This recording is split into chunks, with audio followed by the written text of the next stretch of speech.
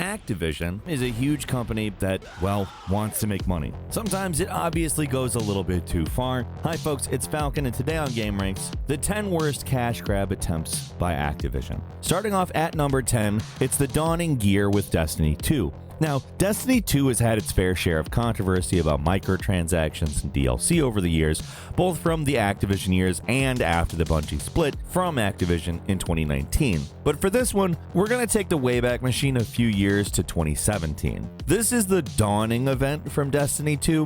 Kind of a Christmas-themed thing where they decorated the tower with some decorations and little snow. Sure, some cosmetic changes in the main hub were cute, but we all know the real reason for this particular season: microtransactions. There were 59 new pieces of gear for the event, and you got boxes called engrams, which is pretty standard for this kind of live service game, but the thing that really pissed off players at the time was the fact that these dawning engrams could not be earned through standard progression. You know how a lot of other games do these kind of events? Like, they make it so the event-specific loot boxes replace the standard ones. That was the common method, at least at the time of the original Dawning event. It's a lot less common these days, but let's not get too far off track with that. So the actual process of unlocking gear was really complicated. You could get some of it from completing daily quests, but certain pieces of gear could only be obtained from special Dawning engrams, and there was a limit players could earn freely a week. And remember,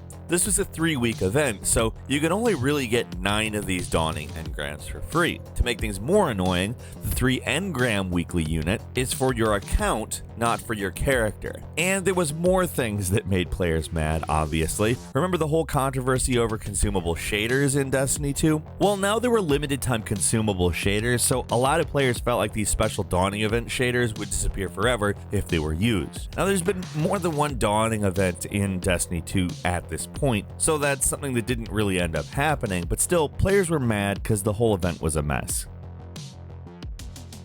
At number 9 is Call of Duty World War II: The Nazi Zombies Torture Path. Ask any hardcore Call of Duty Zombies player what they think the worst zombies map is, and pretty much all of them are going to tell you that it is this map, the Tortured Path. It is hard to describe how cheap, lazy, and just incredibly lame this map is. Like, instead of the usual sprawling, detailed, and visually exciting zombies maps players were used to at this point, the Tortured Path is just 3 small, barren, and boring locations that play nothing like the other maps, not even the ones in this game, all the while looking like they were made from multiplayer map assets, and that's about it. Everything about these mini-maps have an air of cheapness around them, like the usual voice actors disappeared and were replaced by a bunch of nobodies, the Easter egg and objectives are painfully simple and uninteresting, there's hardly anything new to find, and the CGI cutscene that appeared before the previous maps is gone too. Either Activision massively slashed the budget on this, or the developers were out of time, or something. I don't know. The Torture Path just sucks. The worst part is that players, on Steam at least, not sure about other platforms, had to buy the entire season pass if they wanted any of the DLC map packs. Basically, with the Tortured Path, Activision knew it had your money already, so it didn't matter if they half-assed the DLC. Of all the zombies maps in the Call of Duty franchise, this is by far the worst cash grab. At number 8, the demo from Tony Hawk's Pro Skater 1 and 2. The remake of Tony Hawk's Pro Skater 1 and 2 is awesome, and it's great that the game is relatively microtransaction free, but Activision somehow still found a way to be cash grabby, didn't they? We knew that was going to happen. See, if you wanted to play the demo of the game before release, which included the classic warehouse stage, you had to pre-order the game. Like, most people think the demos are meant to give players on the fence about making a purchase a chance to try it out before buying it. That makes sense to basically every other publisher on the planet, but not to Activision. For Activision, demo equals like early access, I guess. It's just a blatant way for them to squeeze some extra pre-orders from Tony Hawk fans. And remember, before release, there was no knowing if this thing would be any good or not. Thankfully, it turned out to be great, so there wasn't much harm in pre-ordering, but it also doesn't matter. What amounts to making players pay for a demo is sleazy. It doesn't really matter what angle you come at it from. At number 7 is the Summer Games event from Overwatch.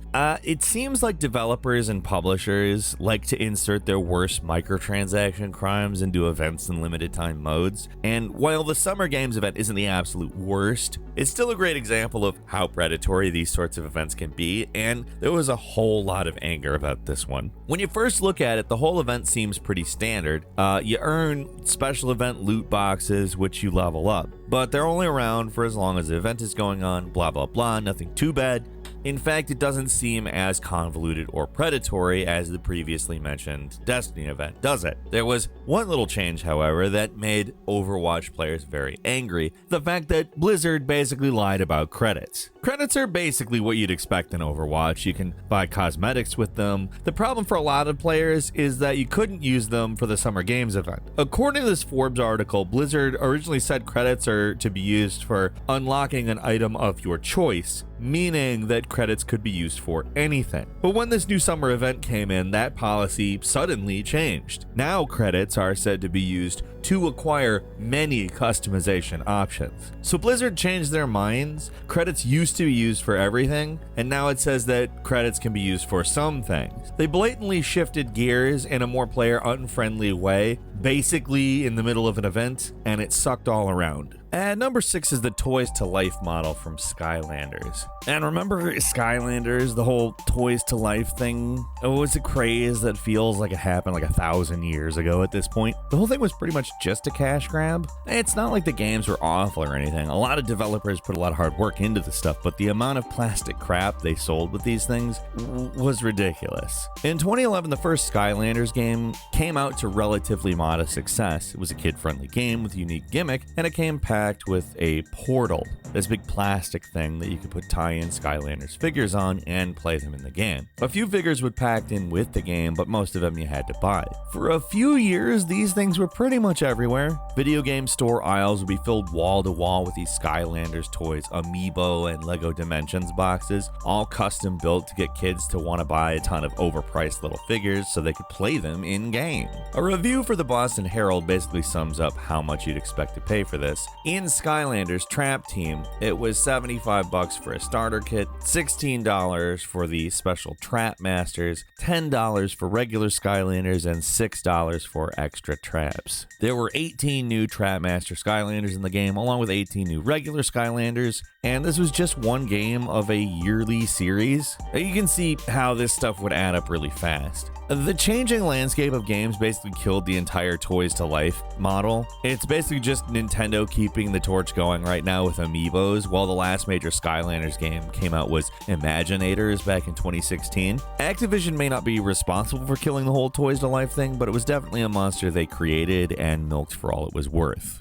At number 5 was the Simpsons Wrestling, the ultimate example of the Activision cash grab licensed game. There are two big things Activision is known for: shady business practices and licensed games. There are so many terrible licensed games that have come out over the years, and many of the absolute worst have come from Activision. The Simpsons Wrestling is perhaps the king of the terrible licensed game. Just saying its name feels wrong somehow. The Simpsons license has always had something of a video game wasteland thing going, outside of the awesome Simpsons Hit and Run and the really old arcade game. But nothing good comes from combining wrestling with non-wrestling things. Created by Big 8 Productions and released on April 3rd, 2001, this game was actually co-published. Activision published it in the US, while Electronic Arts published it in the EU. It's basically the mega powers of the cash grab joining forces to make one of the worst games of all time. And that is not an exaggeration. This game is widely considered to be one of the absolute worst games ever made for a major console, and it's actually a game that lives up to the hype. It is practically unplayable. The graphics are absolutely terrible. The controls manage to feel sluggish and slippery at the same time, and you can barely even tell what's happening on screen. It at least yielded some funny reviews though, with quotes like, "I'm not sure why this game was even made" by Total Video Games, and this absolutely devastating one from GamePro, a quote-unquote game that's awful in every respect and will ultimately be a textbook example of a wasted license.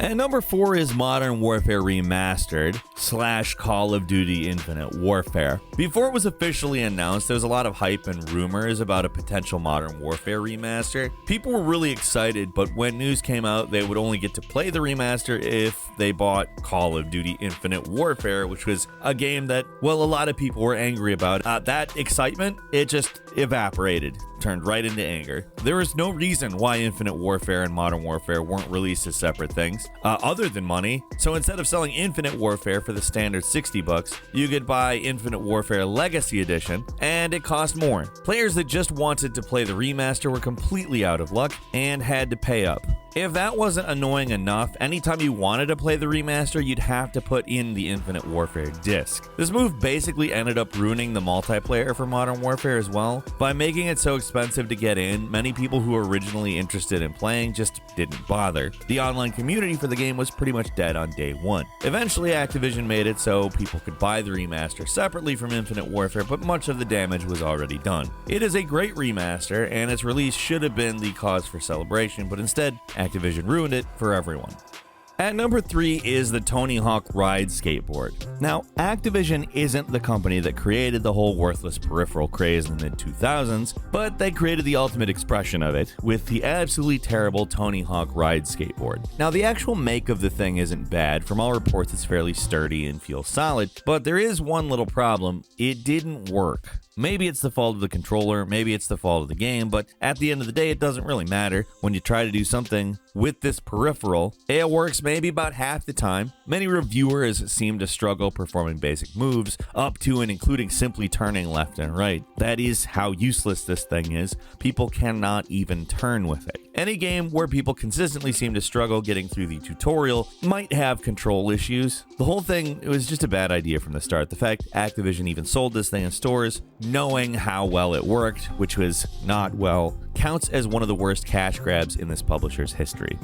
At number 2 is Call of Duty Modern Warfare's KD tracker. We've mentioned before how Activision tried to sell you a red dot in a previous video, and while this isn't quite as ridiculous, it is about as terrible. Kill-death ratios are a very common statistic in pretty much every modern FPS. It's a simple number that divides how many kills you get on how many enemies by how many times you've died. So basically, the higher the number, the better you're doing. In pretty much every game, checking this stat is incredibly simple. The very idea of putting it behind a paywall is absolutely ridiculous, but in one of Activision's most shameless moves, that's exactly what they did. Enter the time to die watch. The only way to look at your KD ratio during a match is by purchasing DLC. Yes, to get this watch, you had to buy the Mother Russia bundle, which cost $20. Now, you could still check your KD outside a match for free, which is nice, I guess, but it's still crazy they felt the need to charge actual money for such a basic feature to use during a match. And at number 1, the Variety Map Pack from Call of Duty Modern Warfare Remastered.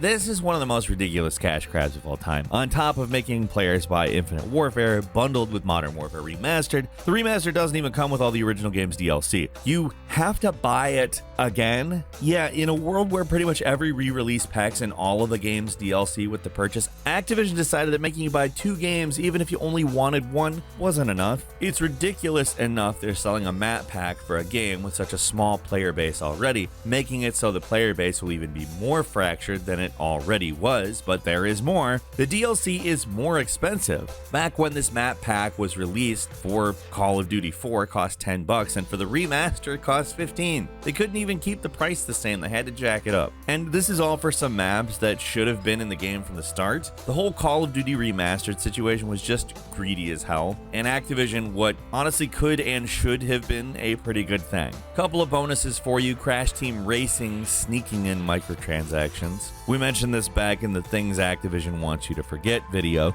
They acted as though there would be no microtransactions, waited a month, and then slipped them into the game. And while we have talked about it a lot, it's worth at least mentioning Warcraft 3 Reforged. Basically just a ton of promises about making it into this more cinematic experience and then just not doing it. And on top of that, forcing you to play through the new launcher and screwing up a lot of things. things in the process. That's all for today, though. Which one was the most annoying cash grab for you? Leave us a comment. Let us know what you think. If you like this video, click like. If you're not subscribed, now's a great time to do so. We upload brand new videos every day of the week. Best way to see them first is, of course, a subscription, so click subscribe. Don't forget to enable all notifications, and as always, we thank you very much for watching this video. I'm Falcon. You can follow me on Twitter, Falcon the Hero. We'll see you next time, right here on gameranx.